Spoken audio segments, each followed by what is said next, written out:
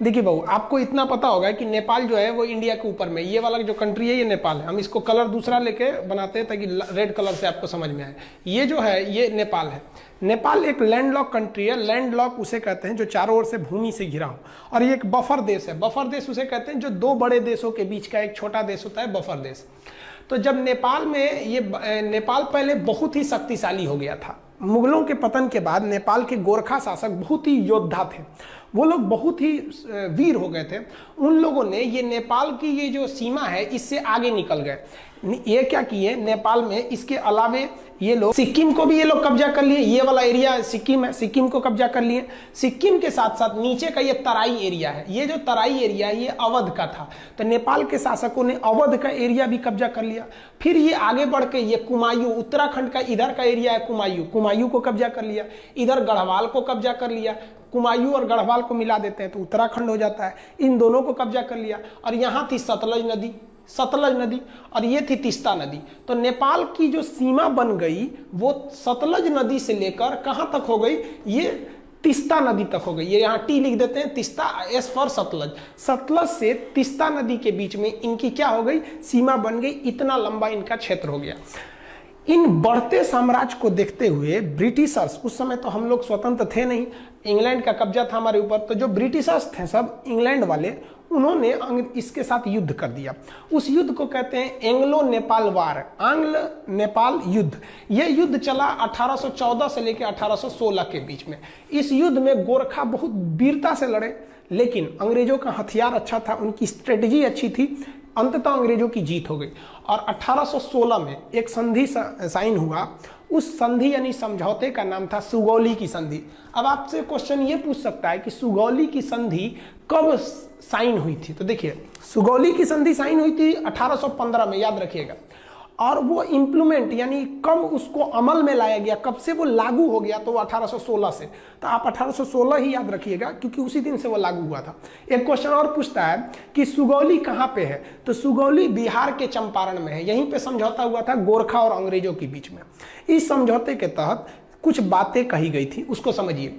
इस समझौते के तहत कहा गया कि गोरखा लोगों ने जो गढ़वाल जीता है वो अंग्रेजों को वापस करे, कुमायूं वापस करे, तराई का क्षेत्र वापस करे, सिक्किम वापस कर दे। तो जब ये वापस कर देगा तो नेपाल की तो सीमा बदल जाएगी। अब सतलज से तीस्ता थोड़ी रहेगी जब ये वापस कर देगा तो। तब नेपाल की एक नई सीमा का निर्धारण किया गया जिस पर लेकर अभी विवाद चल रहा है। तो उस सीमा का नाम क्या है, तो समझते हैं हम लोग। आंग्ल नेपाल युद्ध में जब नेपाल की पराजय हुई तो अंग्रेजों ने नेपाल के लिए सीमा का निर्धारण कर दिया। उन्होंने कहा कि उत्तराखंड में जो शारदा नदी है, इसी शारदा नदी को ना नेपाल के लोग काली या महाकाली कहते हैं। तो जो महाकाली नदी है वो यहाँ से सीमा बनाएगी पश्चिम से, और इस सर में मेची नदी, मेची नदी वो नेपाल से ही निकलती है। नेपाल का लास्ट नदी है मेची नदी। ये मेची नदी नेपाल से निकलकर बिहार के किशनगंज, इधर पे जिला है किशनगंज, किशनगंज में महानंदा नदी से वर्तमान में मिल जाती है। तो ये इधर में महाकाली नदी बॉर्डर बन गया और यहाँ पर मेची नदी बॉर्डर बन गया। इन्हीं के बीच में क्या हो गया भैया, नेपाल हो गया। और नीचे में त्रिवेणी, आप पता होगा बिहार के चंपारण में त्रिवेणी बांध है, तो नीचे में त्रिवेणी नदी, तो ये नीचे का एरिया था, वो विवाद का कारण नहीं है। वर्तमान विवाद का काम महाकाली नदी। तो आप समझ गए। अब बात समझते हैं ये क्या चीज है, काला पानी और ये लेपुलेख विवाद, इस सब के बारे में। तो इतना समझे। अब नेक्स्ट स्लाइड में हम समझते हैं, ध्यान से समझिएगा। ये जो ट्रीटी थी, ट्रीटी को अगर आप ध्यान से देखेंगे इस पे, तो हम आपको समझा दिए थे। इंडिया नेपाल के बीच में एंग्लो नेपाल वार 1814 से 16 के बीच हुआ। सिगौली की संधि चंपारण में है 1816 में। कौन कौन से एरिया वापस करना पड़ा था, गढ़वाल, कुमायूं, तराई और सिक्किम का एरिया। नदी कौन कौन सी हो गई, महाकाली नदी से लेके, महाकाली नदी यहाँ से और इधर में मेची नदी के बीच में ये हो गया था। आप भले इसका स्क्रीनशॉट ले सकते हैं। पहले जो नेपाल था, पहले का नेपाल की सीमा यहाँ पे क्या थी, सतलज नदी, और इधर में तीस्ता नदी। लेकिन बाद में क्या कर दिया गया, नेपाल की सीमा को, नेपाल के सीमा को यहाँ पे ये हो गया आपका नेपाल, नेपाल में इधर बना दिया गया मेची नदी को कि भैया पूरब में आपका मेची नदी और इस साइड में महाकाली नदी, महाकाली नदी। तो ये सुगौली की संधि के बाद का है। नेपाल कहता है कि भैया हम इसी को मानेंगे। तो विवाद कहां से है, इसको मानेंगे। तो समझिए इसके बारे में। हालांकि इसका स्क्रीनशॉट लेना चाहते हैं तो ले सकते हैं, नहीं तो आप एक नोट्स बनाते चलिएगा। विवाद का कारण क्या है, तो उत्तराखंड से हम लोग को मानसरोवर यात्रा की शुरुआत करानी थी हम लोग को। तो मानसरोवर यात्रा कैसे होगा, तो ध्यान से देखिए। मानसरोवर यात्रा के लिए हम लोग एक बहुत लंबा रास्ता तय करते थे। मानसरोवर जाने के लिए हम लोग सिक्किम के यहाँ पर एक दर्रा है जिसका नाम है नाथुला दर्रा। इस नाथुला दर्रा से हम लोग कैलाश मानसरोवर जाते थे। यहाँ शंकर जी का स्थान है कैलाश मानसरोवर पर्वत पर, महाकाल। तो यहाँ हम लोग जाते थे जो श्रद्धालु हैं। तो भारत सरकार ने सोचा कि क्यों ना हम इन लोग को उत्तराखंड के रास्ते पहुंचा दें। यहाँ पर भी एक दर्रा है जिसका नाम है लेपुलेख दर्रा। तो यहाँ से क्यों ना पहुंचा दे। आप खुद देखिए कि यहाँ से बहुत फायदा होगा, दूरियां घट जाएंगी। इससे एक और फायदा क्या हो जाएगा कि हम चाइना से फ्यूचर में जब कभी युद्ध होता है तो हम यहाँ से सेना भी पहुंचा सकते हैं, क्योंकि चाइना का भरोसा करना बेवकूफ़ी होगी। तो भारत सरकार ने यही सोचा कि भैया हम यहाँ सड़क बना देते हैं। तो भारत सरकार में जितनी भी सीमा पर सड़कें बनेंगी बॉर्डर पे, वो बनाने का काम करता है border road organisation BRO। Border road organisation BRO, ये सेना के अंडर में एक संस्था है, यही काम करती है। ये क्या करेगी भैया, बॉर्डर पे सड़कें बना। अब विवाद कैसे हो गया, देखिए यहां पर काला पानी एक जगह का नाम है, काला पानी तक सड़क थी। उस सड़क को आगे बढ़ाकर लेपुलेख दर्रा तक लाया गया। यह सड़क की लंबाई थी 80 किलोमीटर। अब नेपाल कह दिया कि भैया आप ये जो सड़क बनाए हैं 80 किलोमीटर, ये हमारे एरिया में है, क्योंकि काला पानी और लेपुलेख दर्रा, लेपुलेख ये तीनों देशों के सीमा पर है। इधर में नेपाल, इधर में इंडिया, इधर नेपाल, इधर चाइना। तो ये जो आप सड़क बनाए ना, ये सड़क गलत है, ये हमारे एरिया में आप मत बनाइए। नेपाल कह रहा है कि हम सुगौली की संधि को मानते हैं, भारत कह रहा है कि हम भी उसी को मानते हैं। फिर विवाद कैसे हुआ, समझिए ध्यान से। देखिए आप इसको समझिए कि नेपाल है, यहां मान के चलिए नेपाल है, ये नेपाल हो गया, और यहां पर उत्तराखंड है, इधर का एरिया ये उत्तराखंड में। जो महाकाली नदी है उसकी 3 ठो शाखाएं हैं। ध्यान से समझिए, आप नक्शा को देखिए। जिसको हम ब्लैक कलर से किए हैं ये नेपाल है, और ये जो रेड कलर से बना दिए हैं ये इंडिया का उत्तराखंड राज्य है। अब सुगौली की संधि कहा गया था कि ये जो ब्लू कलर की नदी आ रही है, ये महाकाली नदी, ये नेपाल और इंडिया का बॉर्डर बनाएगी। दिक्कत इस बात की है कि नदी का उद्गम जो है वो 3 नदियों से मिलकर होता है। एक इधर वाले का नाम है लिम्पियाधुरा, इधर जो है लिम्पियाधुरा, तो सबसे इधर वाला एरिया है लिम्पियाधुरा, इधर में हो गया काला पानी, और सबसे लास्ट में है लेपुलेख, सबसे लास्ट में लेपुलेख।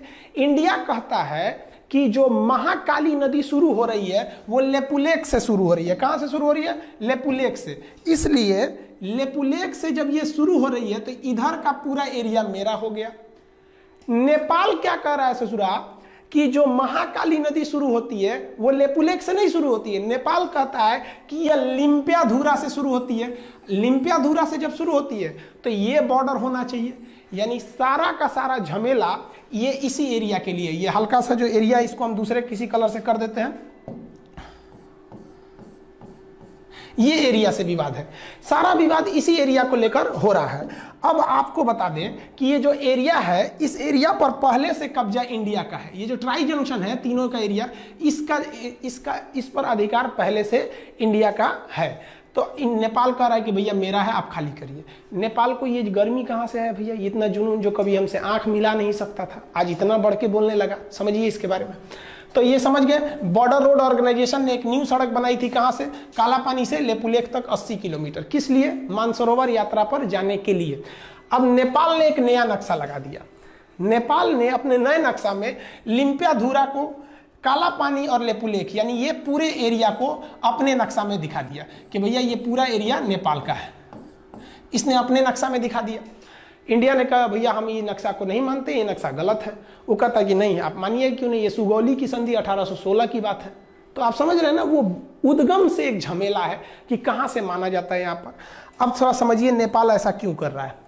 नेपाल में अभी जो सरकार है वो सरकार है नेपाल कम्युनिस्ट पार्टी की। जैसे अपने यहाँ भारत में बीजेपी की सरकार है, उसी तरह फिलहाल नेपाल में नेपाली कम्युनिस्ट पार्टी है। ये चाइना की कम्युनिस्ट पार्टी से बहुत मैच करती है, दोनों की विचारधारा मैच करते हैं, इसलिए ये चाइना की ओर बहुत बह रहे हैं। और उसके प्राइम मिनिस्टर हैं KP शर्मा ओली। ये तो समझिए कि एकदम बैठे हैं चाइना की गोद में जाने के लिए तैयारी में। इनको समझ नहीं आ रहा है कि चाइना इनको बर्बाद करेगा। चाइना किसी को भी अपने डेफ्ट ट्रैप में बिछा लेता है, यानी कर्जा देकर उनको फंसा लेता है।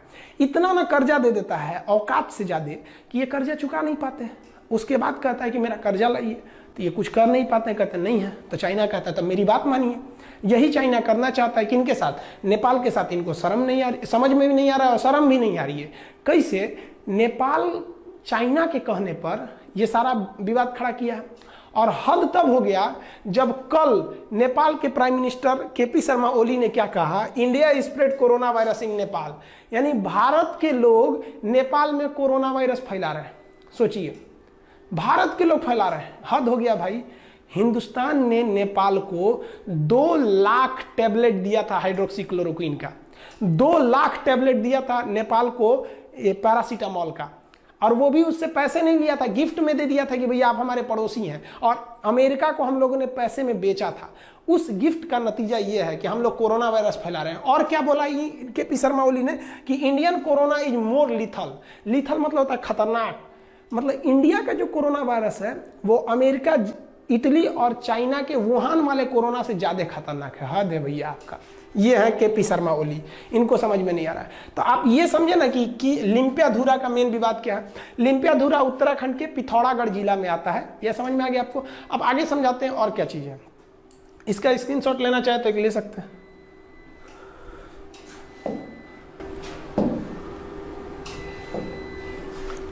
देखिए, जो सड़क बनाया गया है वो सड़क बनाना जरूरी भी था। हमारे जो श्रद्धालु कैलाश मानसरोवर यात्रा जाते हैं, आप उनका स्थिति देखिए, कितने दुर्गम इलाके में जाते हैं, दुर्घटना हो जाती है। और भी आप देखिएगा तो इस एरिया में क्या हालत है सड़क का। आप देखिए कितनी गहरी खाई है, इतनी गहरी खाई में ये लोग, हम लोग की यात्रा करनी पड़ती है। ये मतलब जो कैलाश मानसरोवर की यात्रा पे जो श्रद्धालु जाते हैं उन पे, तो ये सड़क बनाना एक तरह से जरूरी भी तो था। तो बॉर्डर रोड ऑर्गेनाइजेशन ने पहाड़ तोड़ के सड़क बनाया। देखिए, इतना आसानी से सड़क नहीं बनते हैं, ये पहाड़ तोड़ के सड़क बनाया। और बनने के बाद नेपाल कह रहा है कि भैया ये एरिया हमारा है, आप खाली कर दीजिए। तो थोड़ा हम अब हम ये समझते हैं कि इंडिया को नेपाल के साथ क्या करना चाहिए, हर चीज का एक कंक्लूजन होना चाहिए। तो देखिए उसके बारे में।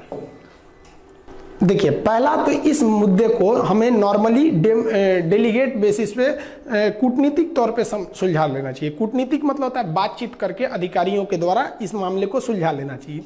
क्यों? क्योंकि हम अपने दोस्त बदल सकते हैं, पड़ोसी नहीं बदल सकते हैं। दोस्त तो बाद में आते हैं, पड़ोसी तो बगल में रहते हैं। अगर हम अपने पड़ोसी से ही दोस्त की तरह व्यवहार रखेंगे तो ज़्यादा अच्छा रहेगा। तो इंडिया इसीलिए नेपाल को समझाता है, लेकिन ये समझ नहीं रहे हैं। तो चलिए एक तो हम दिखाते हैं। नेपाल के साथ इंडिया ने ट्रेलर दिखाया था 2015 में। 2015 में मधेसिया विवाद था। इंडिया के कुछ मधेसिया जाति के लोग नेपाल में बसे हैं, नेपाल उन लोग का ध्यान नहीं रख रहा था। इंडिया ने भी क्या किया, तो ध्यान से देखिएगा। नेपाल का जो बॉर्डर शेयर होता है इंडिया के साथ, ये मैदानी क्षेत्र है, यहाँ ट्रक वगैरह जा सकते हैं, इस रास्ते से ट्रक वगैरह जा सकते हैं। लेकिन ये वाला एरिया पूरी तरह पहाड़ है और बड़े बड़े पहाड़ हैं। माउंट एवरेस्ट भी उसी साइड में है, बड़े बड़े। तो चाइना से इधर आना बड़ा मुश्किल हो जाता है। इसलिए चाइना हो गया या कोई भी हो गया, वो अपना सामान अगर चाहते हैं कि नेपाल को बेचें, तो वो नेपाल को बेचने के लिए वो सामान को चाइना से वो कलकत्ता बंदरगाह पे उतार देते हैं और कलकत्ता बंदरगाह से ट्रक के रास्ते इसको नेपाल पहुंचा दिया जाता है। इसका मतलब नेपाल पूरी दुनिया से अगर चाहता है जुड़े, तो उसके लिए 2 ही रास्ते हैं, या तो भारत या तो चाइना। अब समझिए भारत और चाइना में क्या प्रॉफिट है उसको। अगर कोई आलू आप नेपाल भेजते हैं इंडिया के रास्ते, तो ट्रांसपोर्ट को जोड़कर अगर खर्चा निकालिएगा तो 1 किलो आलू अगर 10 रुपया है, तो नेपाल पहुंचते पहुंचते वो 10 रुपये किलो का आलू 12 रुपये किलो हो जाएगा, क्योंकि यहाँ ट्रक वगैरह का भाड़ा भी जोड़ना है। लेकिन वही आलू जो 10 रुपये किलो अगर आप चाइना की ओर से भेजिएगा, तो ये आलू 250 रुपये किलो हो जाएगा। इतना भयानक इधर मतलब पहाड़ है, सबकी जा ही नहीं पाएंगे आप यहाँ पे। तो इसलिए नेपाल को भी सोचना चाहिए कि भैया अगर भारत ने यहाँ से ब्लॉक कर दिया तो हालत खराब हो जाएगा। 2015 में भारत ने यहाँ से ब्लॉक कर दिया था, 2 महीने तक ब्लॉक कर दिया। 2 महीने में नेपाल का ये हाल हो गया कि नेपाल के जहाजों के पास पेट्रोल नहीं था। वो नेपाल के प्रधानमंत्री बोले थे कि कोई भी जहाज अगर नेपाल में आता है ना, तो आप वो जहाज का पेट्रोल लेके आइएगा, हमारे यहाँ पेट्रोलों नहीं बचा हुआ है। ये हाल हो गया है नेपाल का। तो अगर इंडिया ब्लॉकेज लगा देता है तो नेपाल कहीं का नहीं बच पाएंगे। तो नेपाल को भी सोचना चाहिए कि हम ये ट्राई जंक्शन जो है, जिसे वो लिम्पियाधुरा को मान रहा है, हम लेक को छोड़ ही नहीं सकते हैं, एकदम कंफर्म छोड़ नहीं सकते हैं। और ये नरेंद्र मोदी बैठे हैं प्रधानमंत्री, कश्मीर छोड़वे नहीं किए, लोग कूद रहे थे पाकिस्तानी, ये वो लेपुलेख छोड़ेंगे यहाँ पे। इनका भी दिन खराब चल रहा है, विनाशकालीन विपरीत बुद्धि। आप समझदार हैं, आप भी समझते हैं ये सब चीज़ों के बारे में। तो ये टोटल ट्राई जंक्शन का विवाद था। आप होप आप समझ गए होंगे काला पानी। तो काला पानी, लेपुलेख, लिम्पियाधुरा, ये एरिया जो है ये कहाँ पर है? पिथौरागढ़ उत्तराखंड में है। तो नेपाल को इंडिया की कितनी ज़रूरत है आप समझ सकते हैं। और हम लोग ने कभी भी नेपाल का बुरा नहीं चाहा है। इवन हमको नेपाल के बारे में भी सोचना चाहिए। हिंदुस्तान ने ऐसा कोई युद्ध नहीं जीता है जिसमें नेपाल के गोरखा भाइयों का खून न बहा हो। हमारे जनरल थे मानिक साहब, बहुत ही बहादुर फील्ड मार्शल, जनरल से भी ऊपर का पद होता है फील्ड मार्शल। इतना ऊपर पद होता है सेना में कि आज तक 2 ही लोग को मिला ही, KM करियप्पा और मानिक साहब। मानिक साहब ने बोला था कि अगर तुमसे कोई कहता है कि मुझे मरने से डर नहीं लगता है तो समझ जाना वो झूठ बोल रहा है, या तो वो गोरखा सिपाही है। तो भारत में गोरखा सैनिक भी है। तो हमें ये भी देख के चलना है कि नेपाल से अच्छा संबंध बना के रखें ताकि वहाँ से हमारे देश में गोरखा सैनिक आ सके। बहुत ही योद्धा होते हैं और पहाड़ों पर लड़ने के लिए माहिर होते हैं, और कश्मीर में पहाड़ी एरिया में वो बहुत कुशलता से अंजाम दे सकते हैं। कारगिल की लड़ाई में भी वो लोग भाग लिए थे। हम भी भगवान से दुआ करते हैं कि भाई जल्दी जल्दी, एक तो कोरोना का संकट है, उस पर से एक नया संकट लेके चले आए, तो इसको भी जल्दी से सुलझा लेंगे नेपाल और भारत के इस रिश्ते को। आई होप आप इसको समझ गए होंगे। नेक्स्ट हम आपको समझा देंगे कि टूर ऑन ड्यूटी क्या चीज़ है, सेना में 3 साल कैसे जाना है, फिर नेपाल से क्या, नेपाल के साथ चाइना के साथ अभी जो नया विवाद हो गया है वो क्या चीज़ है, इस सब के बारे में हम समझा देंगे। वीडियो 5-6 दिन से नहीं डाल पाए, एक्चुअली वो लॉकडाउन के पीरियड में सबको बहुत सारे काम हैं। बहुत से ऐसे गांव हैं जहां पे गवर्नमेंट नहीं पहुंच पा रही है, उन लोग को भी खाना पानी देना रहता है। तो आपको भी अगर कहीं ऐसा लगता है कि कोई ज़रूरतमंद है तो आप भी वहां जाइए, हर काम छोड़ के वहां जाइए, क्योंकि बार बार अपने देश को सेवा करने का मौका आपको नहीं मिलेगा। यही वक्त है कि आप अपने कामों के बीच में से कुछ समय निकाल के उनको भी समय दीजिए। तो जब अब कभी कभी वीडियो रुक जाता है तो आप बात समझिए बाबू, उस काम को भी हम छोड़ नहीं सकते। तो थोड़ा हम उधर बिजी थे इसलिए हम वीडियो नहीं बना पाए, अब आ गए हैं, अब वीडियो कंटिन्यू रहेगा। आई होप आप ये समझ गए होंगे।